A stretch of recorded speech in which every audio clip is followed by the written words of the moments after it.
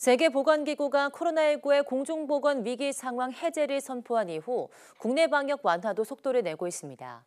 특히 감염병 자문위원회 전문가들도 확진자 격리 의무를 바로 풀자고 나서면서 내일 중대본 회의에서 공식 발표할 것으로 보입니다.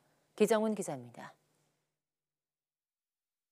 세계 주요 나라들은 대부분 코로나19 확진자의 격리 의무를 풀었습니다. 일본과 이탈리아 등 몇 나라만 5일 이내 격리 의무를 유지하고 있고 7일 격리 의무가 남아있는 나라는 우리나라와 뉴질랜드 정도입니다. 자문위원회도 위기평가회의도 이 같은 추세를 고려한 것으로 알려졌습니다. 격리 기간을 줄이는 대신 바로 풀자는 겁니다. 부담스러운 것은 최근 동향입니다.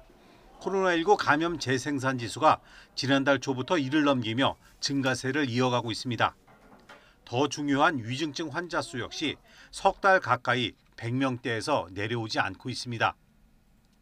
그럼에도 격리 의무를 풀자고 하는 것은 격리의 효과가 이미 퇴색됐다는 판단 때문입니다. 예전에는 전체 감염자 중에 절반 이상, 많게는 3분의 2 정도가 확진으로 드러났기 때문에 격리 의무가 유지되었을 때 전파를 차단하는 효과가 어느 정도 있었다라고 한다면 지금은 그것보다 훨씬 낮은 비율의 감염자가 확진자로 드러나고 있기 때문에 격리 의무 해제가 아니더라도 1년에 2번 정도는 크고 작은 유행이 예상되고 우리가 충분히 대응할 수 있을 것이라는 설명입니다. 다만 방역 완화가 아프면 쉴 권리를 축소시켜서는 안 된다는 목소리가 나옵니다. 격리 의무를 권고로 바꾸면 기업들이 휴가를 없앨 경우 등에 대한 대책도 있어야 한다는 겁니다.